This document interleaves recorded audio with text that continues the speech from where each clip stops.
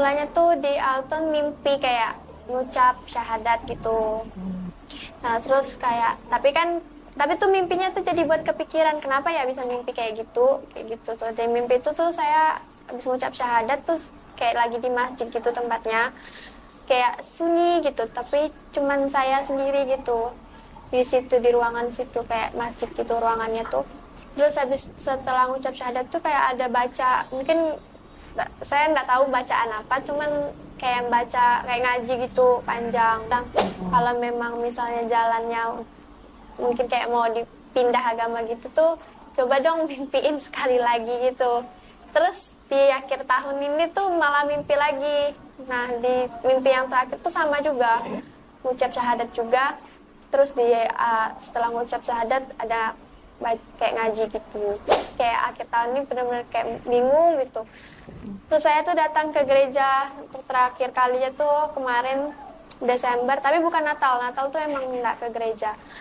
Itu kayak mau memastikan kayak masih ada nggak ya perasaan kayak gimana gitu kalau masuk gereja. Sekali ibadah tuh kayak rasanya kayak kosong, kayak nggak ada kayak gitu. Terus habis dari itu tuh kayak mikir, oh kayaknya memang jalannya tuh mau masuk Islam gitu. Rasanya tuh hanya agama Islam gitu yang punya aturan tata cara yang banyak banget gitu. Tapi tuh loh, Assalamualaikum warahmatullahi wabarakatuh. Nama saya Maria. Nama lengkap? Maria Yurike. Panggilan? Maria. Tapi di kampus banyak yang manggil Mia sih.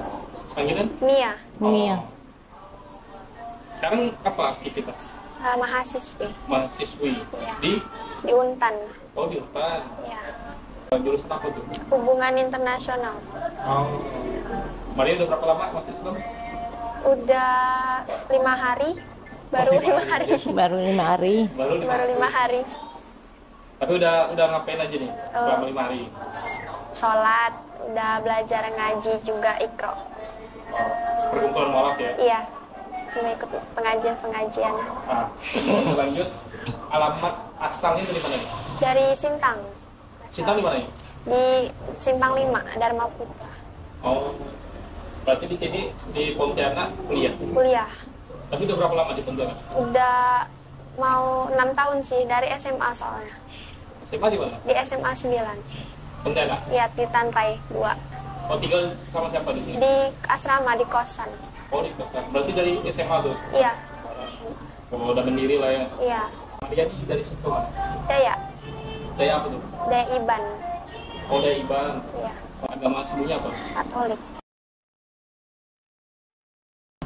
Agama yang gimana ya? Yang kayaknya banyak aturannya, tapi tuh aturannya tuh kayak melindungi gitu, misalnya dari yang berpakaian kayak gitu, terus aturan ibadahnya yang kayak harus banyak tata caranya gitu tuh.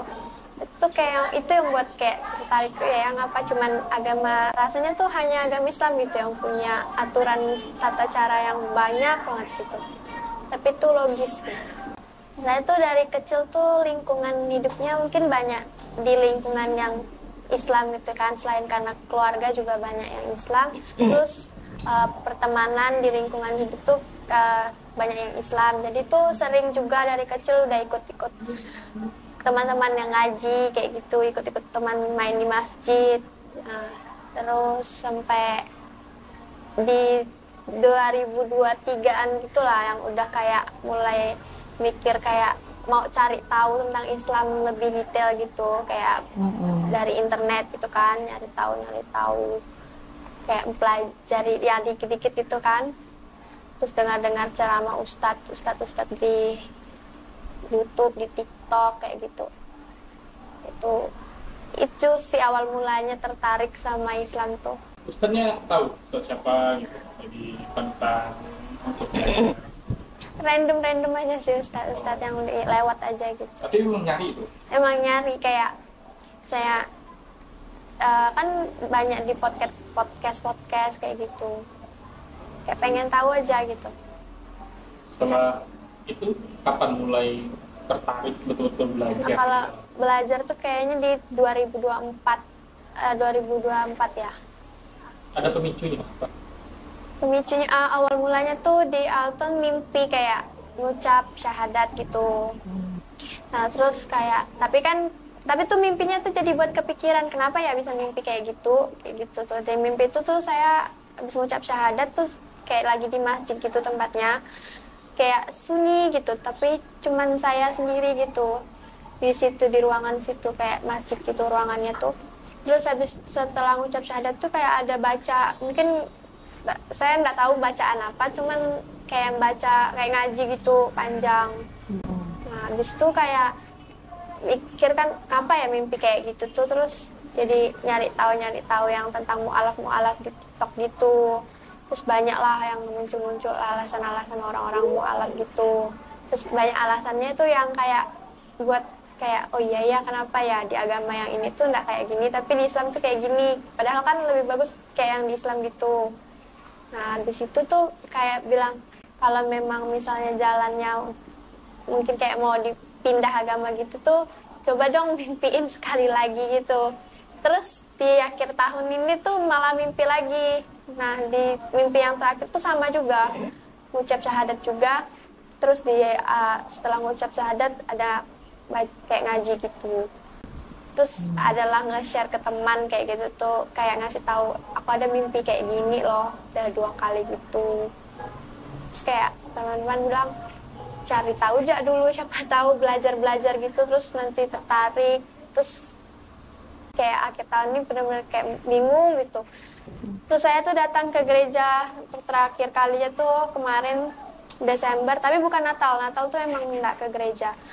Itu kayak mau memastikan kayak masih ada nggak ya perasaan kayak gimana gitu kalau masuk gereja. Sekali ibadah tuh kayak rasanya kayak kosong, kayak nggak ada kayak gitu. Terus habis dari itu tuh kayak mikir oh kayaknya memang jalannya tuh mau masuk Islam gitu. Di situ saya hubungin teman saya, kasih tahu kayak gitu mau belajar Islam. Di situ mutusin mualaf Januari ini. Tapi awalnya sempat mau konsul dulu kali ya? Iya, cerita konsul ke teman gitu sih. Oh, lebih ke teman-teman ya? Temannya ada berapa lah untuk nguatin Maria untuk belajar Islam? 2 orang doang sih, karena kayak nyari yang teman yang emang agak ngerti agama gitu kan. Jadi saya nanya ke mereka. Termasuk yang kemarin ya? Iya, termasuk yang kemarin. Tapi teman-temannya mungkin udah lama kenal kali ya? Iya, udah dari SMK. Oh, apa tuh respon dari teman-teman ketika Maria kepikiran masuk Islam? Mereka senang sih. Nah, kayak padahal kan dari dulu dari SMA gitu kan sering kayak misalnya pakai kerudung kayak gitu-gitu kan. Terus sering main kayak gitu. Terus mereka kan sering kayak bercandain ayo syahadat ya kayak gitu. Terus senang akhirnya sekarang tuh benaran gitu. Bisa ucap syahadat. Udah sama juga bercanda-bercandanya? Iya. Oke. Sekarang udah masuk Islam, gimana lah perasaan? Senang. Bisa digambarin senangnya? Senangnya tuh rasanya gimana ya? Apalagi kalau misalnya pas mau sholat atau wudhu tuh kayak senang ya ngelakuin kegiatan itu tuh kayak tenang gitu. Kayak rasanya setiap kali mau habis sholat gitu tuh kayak sejuk kayak gitu. Kayak enak aja pikiran kayak gitu. Tapi udah kayak beda dulu sama perasaannya waktu kayak ke gereja dulu tuh kayaknya tuh nggak pernah ngerasa kayak gini gitu, perasaannya senangnya tuh beda gitu. Kalau Maria sendiri kepikir nggak sih ini kan kemarin tuh bertemu dengan Kiai Mualaf ya? Iya. Dan ketemu juga Mak Yul. Iya. Kepikiran nggak kalau bisa sejauh itu? Nggak. Kayak nggak nyangka aja kayak awal tahunnya bakal gini baru rasanya. Nggak masalah nih Bang? Kalau mungkin mereka tetap, namanya orang tua ya, tetap ada mungkin marahnya dikit kayak gitu sih. Tapi udah siap lah sama respon mereka, mungkin kayak kaget atau marah gitu. Paling bertanya kenapa gitu. Udah siap sih untuk kayak jelasin alasan-alasannya.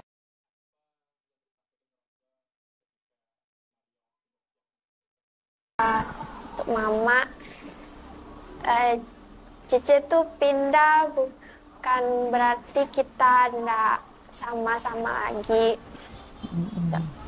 Cece milih jalan Cece sendiri karena Cece nyaman di Islam. Cece pindah bukan karena dipaksa orang atau siapapun yang nyuruh gitu tuh nggak ada. Kayak mama kan tahu di keluarga kita banyak yang Islam, jadi dari kecil juga sering di lingkungan yang Islam. Cici juga pernah TK Islam, jadi nggak heran rasanya kalau Cici tertarik, punya rasa ketertarikan yang besar ke Islam. Terus sekarang di umur Cici yang udah cukup dewasa lah, Cici bilang kan 21 tahun ini juga mau 22 tahun, Cici mutusin untuk milih jalan hidup Cici sendiri gitu. Tapi bukan berarti Cici mau jadi anak durhaka dengan pindah kayak gitu, enggak. Cici tetap jadi anak mama, tetap sayang sama orang tua juga, cuman berbeda agama aja sekarang. Tapi punya dong teman-teman di luar dari Islam? Punya. Itu kalau mereka tahu gimana? Mungkin responnya bakal kayak ya sama kaget juga gitu sih. Tapi ya kan punya alasan tersendiri lah untuk ngambil keputusan. Itu udah dipikir panjang, udah tahu lah resiko-resikonya. Lalu ini apa? Teman-teman udah tahu kan? Teman-teman baru beberapa yang tahu. Yang Chris belum, di grup kuliah belum tahu. Oke. Gimana perasaan pertama kali ketemu Mak Yul? Mak Yul tuh sangat-sangat tapi ya kayak orang tua kita sendiri gitu, ngerangkul, jadi senang sih sama Mak Yul. Rasa punya, iya rasa punya orang tua di sini gitu. Berarti nanti cita-cita menjadi apa? Mana tahu ada jejak rekam yang baik. Sekarang mau pengusaha. Pengusaha? Pengusaha sendiri berarti? Iya, pengusaha sendiri. Apa tuh?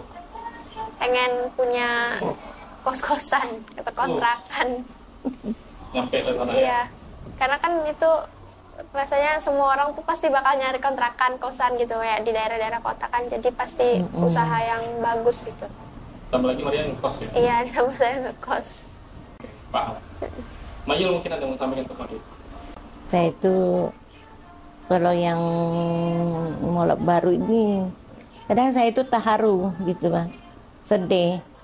Saya hanya takut yang udah masuk Islam nanti dia kembali lagi gitu, karena saya kan lapangan jadi tahu di mana-mana mualaf tuh kadang mereka tuh masuk kan di Islam, udah masuk Islam nggak pernah dibina, akhirnya dia tuh bingung juga kan.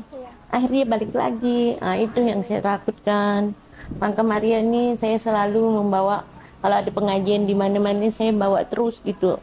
Jangan sampai dia balik lagi gitu. Kalau dia merasa tidak ada pembinaan, tidak ada siapa-siapa bini dia, kan otomatis dia bingung kan. Saya udah mau masuk Islam, mau diapain sekarang nih? Sholat tak bisa, ngaji tak bisa kan. Jadi bingung kan, nggak tahu apa-apa.